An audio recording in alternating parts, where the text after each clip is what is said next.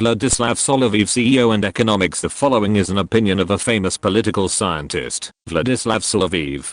Official sources report that the states intend to impose a total ban on import of Russian aluminum. The USA's order is the law for Europe and a signal of danger for the rest of the world, especially in the light of the last prohibitive package, in which they are threatening to impose sanctions on anyone who dares to disobey the sanctions. These third world countries, they don't understand rules that the civilized world lives by. They are told, do not cooperate with Russia, yet they want to. They are told, do not buy, yet they are buying.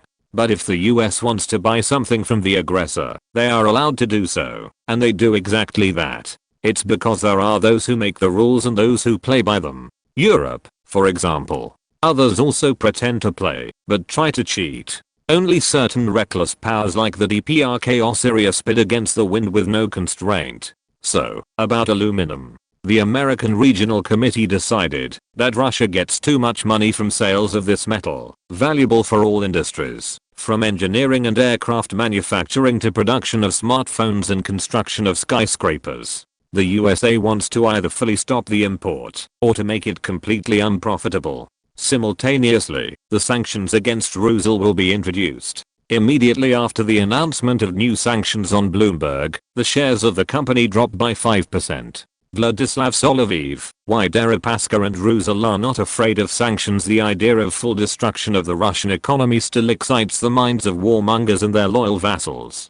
When it became clear that the economic blitzkrieg had failed and Russia did not succeed in its military blitzkrieg, the world gendarme in the face of the USA started planning for a long-term game. In it, Europe is given an undesirable role of a buffer that will absorb all the economic punches going in the direction of the USA. Point in this sense, the European Union is reminiscent of a poor man from an old fairy tale who was offered to grant any wish, but with the condition that his biggest enemy will receive twice as much. The inventive character wished for his eye to be poked out. Europe is ready to lose an eye, right arm and left leg, but with the condition that Russia will suffer more. The USA, however, is not so obsessed with the idea of sacrificial suicide as Europe, and they know what consequences the ban on aluminum import can bring, as they buy it from Russia in big quantities.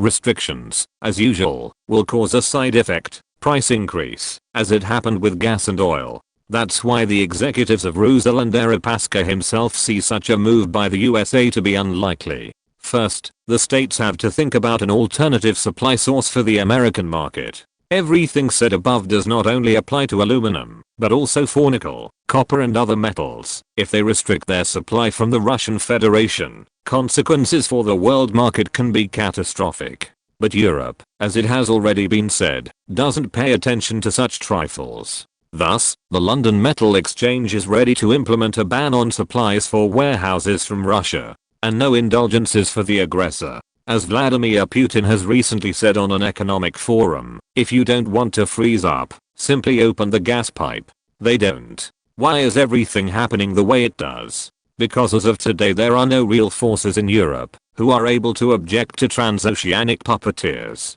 Prime Minister of Hungary, Viktor Orban, is a decisive man, but let's be honest, his caliber is not of the size to stand his ground till the end. If, for example, Biden will wake up tomorrow and say that today we accept Ukraine into NATO, no one will object. Quite the opposite, everyone would say, how did we not think of that earlier? The same with metals. If they order not to buy it, all industries of the states will be left without Russian resources, in spite of the enemy, to the delight of the father.